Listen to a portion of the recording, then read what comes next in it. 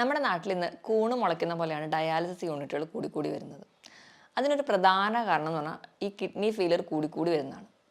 ഇതിന് ഏറ്റവും വലിയ വില്ലൻ എന്ന് പറയുന്നത് നമ്മുടെ ജീവിതശൈലി തന്നെയാണ്. നമ്മുടെ ജീവിതശൈലിയായിട്ടോ അല്ലെങ്കിൽ നമ്മൾ ചെയ്യുന്ന പല തെറ്റുകളാണ് കിഡ്നീനെ അപകടത്തിലാക്കുന്നത്.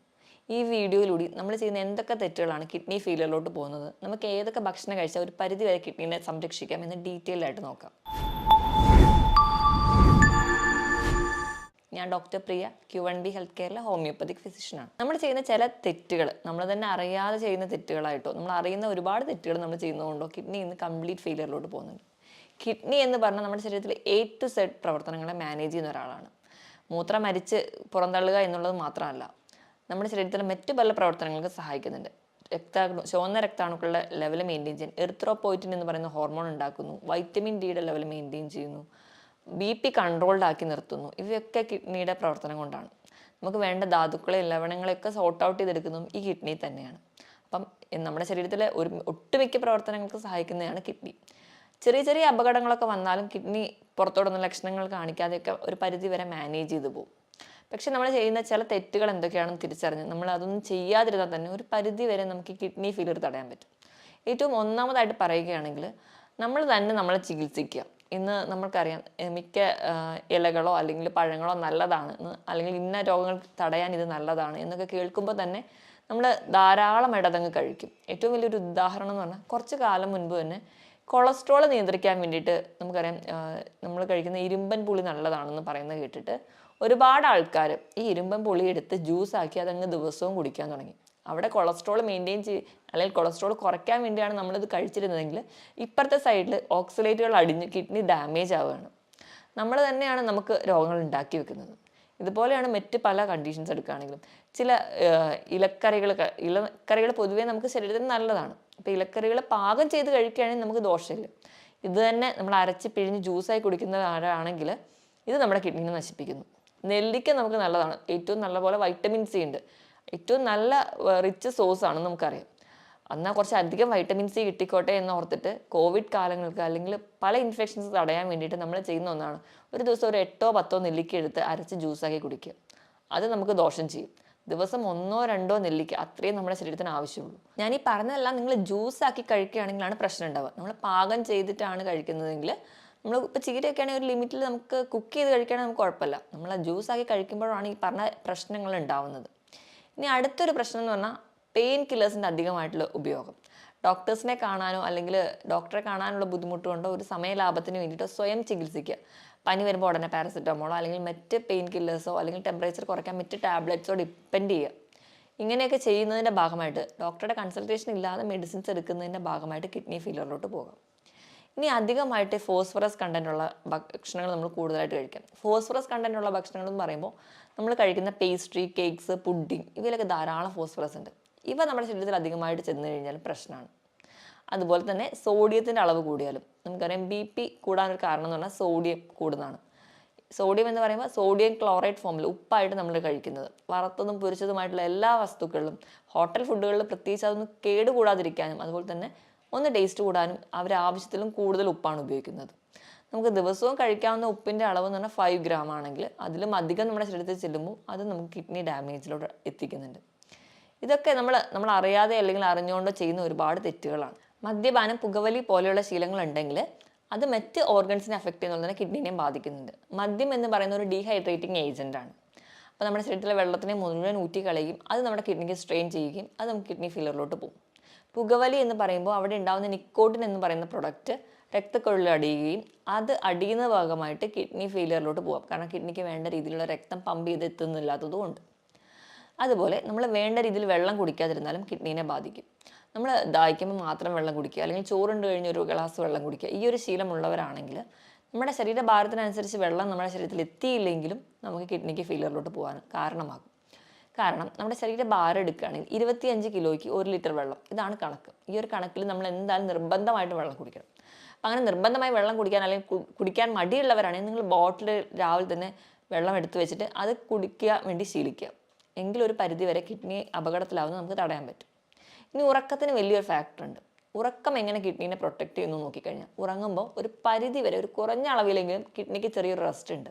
കിഡ്നിയുടെ ലോഡ് കുറച്ച് കുറവാണ്. അപ്പോൾ നമുക്ക് കിഡ്നിക്ക് ചെറിയൊരു റെസ്റ്റ് കൊടുത്താൽ തന്നെ അത് കുറച്ചധികം കാലം കൂടി ഓടാൻ സഹായിക്കും. ഇനി നമ്മുടെ ഭക്ഷണത്തിൻ്റെ കാര്യം എടുക്കുകയാണെങ്കിൽ നമുക്കറിയാം, നമുക്ക് കൂടുതൽ ഇഷ്ടം നോൺ വെജ് ഫുഡ് കഴിക്കാനാണ്. എത്ര രാത്രി വൈകിയാലും പുറത്ത് പോയി ഭക്ഷണം കഴിക്കാൻ നമുക്ക് എല്ലാവർക്കും ഇഷ്ടമാണ്. അതുകൊണ്ട് തന്നെയാണ് നമ്മുടെ നാട്ടിൽ രാത്രിയാണ് കൂടുതലും ഹോട്ടലുകളൊക്കെ പ്രവർത്തിക്കുന്നത്. രാവിലത്തെ ബ്രേക്ക്ഫാസ്റ്റ് നമ്മളെല്ലാവരും തന്നെ സ്കിപ്പ് ചെയ്യാൻ റെഡിയാണ്. അതുപോലെ തന്നെ ഉച്ചത്തെ ലഞ്ച് നമുക്കൊന്ന് മോഡറേറ്റ് ആയിട്ട് കൺട്രോൾ ചെയ്യാൻ ഇഷ്ടപ്പെടുന്നവരാണ്. പക്ഷേ രാത്രി നല്ല ഹെവി ആയിട്ട് തന്നെ കഴിച്ചിട്ട് കിടക്കും. ഈ ഒരു ശീലം ഉള്ളതുകൊണ്ട് തന്നെ അമിതവണ്ണം നമുക്ക് പെട്ടെന്ന് വരുന്നു, കുടവയറ് നമുക്ക് പെട്ടെന്ന് വരുന്നു. അമിതവണ്ണമൊക്കെ വരുമ്പോൾ തന്നെ ഏറ്റവും വലിയ വില്ലനാവുന്നത് ലോഡ് കൂടുകയാണ് കിഡ്നിക്ക്. അപ്പോൾ കിഡ്നിക്ക് ഒരുപാട് സ്ട്രെയിൻ ചെയ്യണം. അതിൻ്റെ ഭാഗമായിട്ട് കിഡ്നി പെട്ടെന്ന് ഡാമേജ് ആവാം. അതുപോലെ തന്നെ നമ്മൾ പ്രത്യേകിച്ച് വ്യായാമം ഒന്നും ചെയ്യാത്തതും ഈ അമിതവണ്ണത്തിന് കാരണമാകും.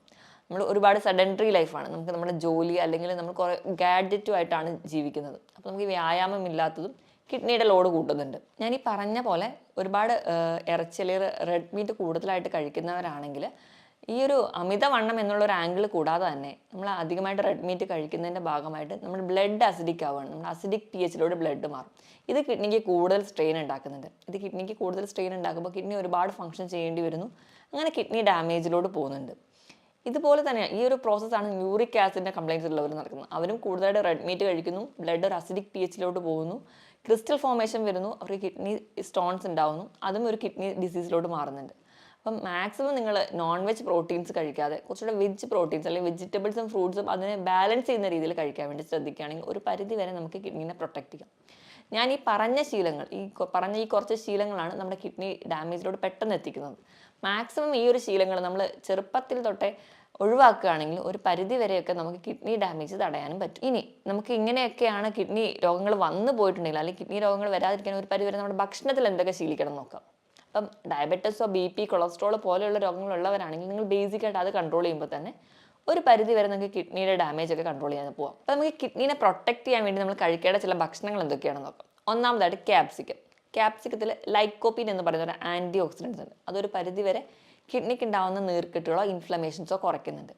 അതുപോലെ തന്നെ ധാരാളം ഫൈബേഴ്സും വൈറ്റമിൻ B6 ഒക്കെ ഫോളേറ്റ്സും ഒക്കെ ഈ ക്യാപ്സിക്കത്തിലുണ്ട്. ഈ ഫോളേറ്റ്സും വൈറ്റമിൻ B6 ഒക്കെ ഉള്ളതുകൊണ്ട് തന്നെ ഒരു പരിധി വരെ നമുക്ക് RBC പ്രൊഡക്ഷന് സഹായിക്കും.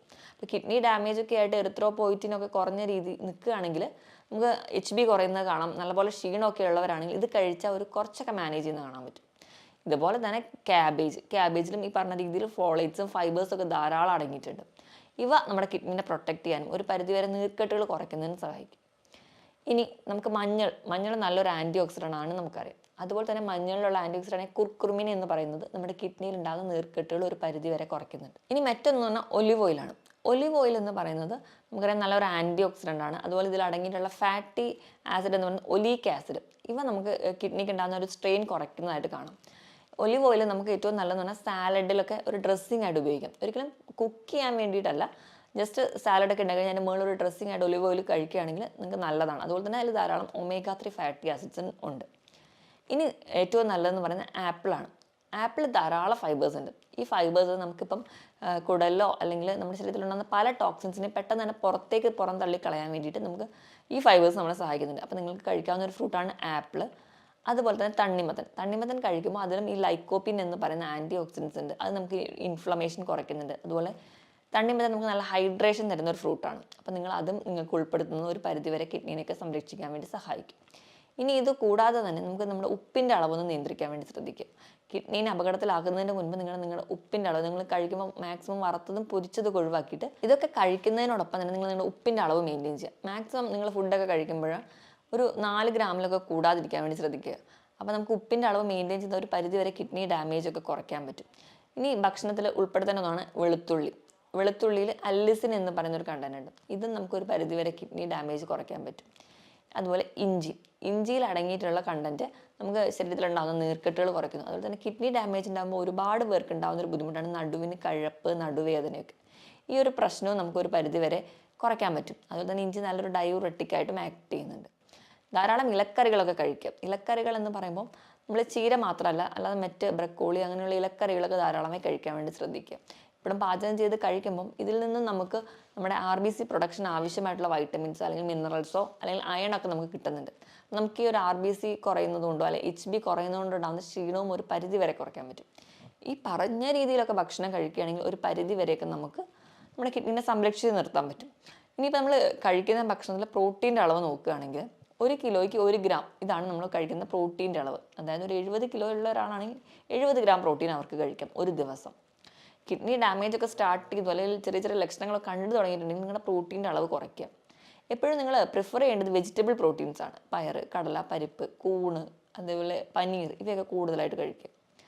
മാക്സിമം നിങ്ങൾ അനിമൽ പ്രോട്ടീൻസ്, റെഡ് മീറ്റ് ഒക്കെ കുറയ്ക്കാൻ വേണ്ടി ശ്രദ്ധിക്കുക. ഇപ്പോൾ ഒരു കിഡ്നി പേഷ്യൻസ് ആയിക്കഴിഞ്ഞാൽ നിങ്ങൾ കഴിക്കേണ്ട പ്രോട്ടീൻ്റെ അളവെന്ന് പറഞ്ഞാൽ നിങ്ങളുടെ 1 കിലോയ്ക്ക് 0.8 ഗ്രാം മാത്രമേ പ്രോട്ടീൻ കഴിക്കാൻ പാടുള്ളൂ.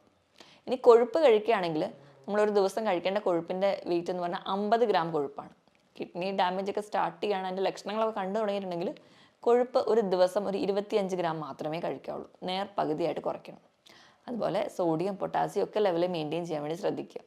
സോഡിയം ഞാൻ പറഞ്ഞ പോലെ വറുത്തതും പൊരിച്ചതും ഒക്കെ ഒന്ന് ഒഴിവാക്കുകയാണെങ്കിൽ, പപ്പടം, അച്ചാർ, ഉപ്പിലിട്ടതൊക്കെ ഒഴിവാക്കുകയാണെങ്കിൽ ഒരു പരിധി വരെ നമുക്ക് കൺട്രോൾ ചെയ്യാം. പൊട്ടാസ്യത്തിൻ്റെ ലെവൽ മെയിൻറ്റെയിൻ ചെയ്യാൻ വേണ്ടി നിങ്ങൾ അധികം പൊട്ടാസ്യമുള്ള ഭക്ഷണങ്ങളാണെങ്കിൽ ഒന്ന് ഒഴിവാക്കുക. കൂടുതലായിട്ട് പൊട്ടാസ്യം അടങ്ങിയിരിക്കുന്നത് കരിക്ക്, ഏത്തപ്പഴം, മാതളം ഇവയിലൊക്കെയാണ്. മാക്സിമം നിങ്ങൾ കഴിയുമ്പോൾ ഫ്രൂട്ട്സ് തിരഞ്ഞെടുക്കുമ്പോൾ പൊട്ടാസ്യം കുറവുള്ള പൈനാപ്പിൾ, ആപ്പിൾ, ബെറീസ്, പേരയ്ക്ക ഇവയൊക്കെ കൂടുതലായിട്ട് തിരഞ്ഞെടുക്കാൻ വേണ്ടി ശ്രദ്ധിക്കുക. ഇനി ഏത്തപ്പഴമൊക്കെ കഴിക്കാൻ താല്പര്യം ഉണ്ടെങ്കിൽ വല്ലപ്പോഴും കഴിക്കുമ്പോൾ പുഴുങ്ങി കഴിക്കുകയാണെങ്കിൽ ഒരു പരിധി വരെയൊക്കെ നമുക്ക് സോഡിയം, പൊട്ടാസ്യത്തിൻ്റെ അളവ് കുറയ്ക്കാൻ പറ്റും. ഞാൻ ഈ പറഞ്ഞ രീതിയിലൊക്കെ ഭക്ഷണം കൂടുതലായിട്ട് ഹെൽത്തി ആയിട്ട് കഴിക്കുക, കൃത്യമായിട്ട് വ്യായാമം ചെയ്യുക, നല്ല രീതിയിൽ കൃത്യമായിട്ട് ഉറങ്ങുക. അതായത് ഒരു 6-7 മണിക്കൂർ കൃത്യമായിട്ട് തന്നെ ഉറങ്ങാൻ വേണ്ടി ശീലിക്കുക. വ്യായാമം ആഴ്ചയിൽ 5 ദിവസമെങ്കിലും മാക്സിമം നിർബന്ധമായിട്ട് തന്നെ ചെയ്യാൻ വേണ്ടി ശ്രദ്ധിക്കുക. നല്ല രീതിയിൽ തന്നെ നിങ്ങൾക്ക് ആവശ്യത്തിന് വേണ്ടിയുള്ള വെയിൽ കൊള്ളുക, കൃത്യമായി വെള്ളം കുടിക്കുക. അപ്പോൾ നിങ്ങൾക്ക് കുറച്ചുകൂടി ഹെൽത്തി ആയിട്ട് ഇരിക്കാൻ പറ്റും. അതുപോലെ ഞാൻ ആദ്യം പറഞ്ഞ രീതിയിലുള്ള തെറ്റുകൾ മാക്സിമം ഒഴിവാക്കുക. അങ്ങനെയാണെങ്കിൽ ഒരു പരിധി വരെ നമുക്ക് നമ്മുടെ കിഡ്നീനെ പ്രൊട്ടക്റ്റ് ചെയ്യാൻ പറ്റും. ഞാൻ ഈ പറഞ്ഞ കാര്യത്തിൽ എന്തെങ്കിലും ഡൗട്ട് ഉണ്ടെങ്കിൽ നിങ്ങൾ താഴെ കാണുന്ന നമ്പറിൽ കോൺടാക്ട് ചെയ്യുക. മറ്റൊരു ഹെൽത്ത് ടോപ്പിക്കുമായിട്ട് വീണ്ടും കാണുന്നത് വരെ നന്ദി.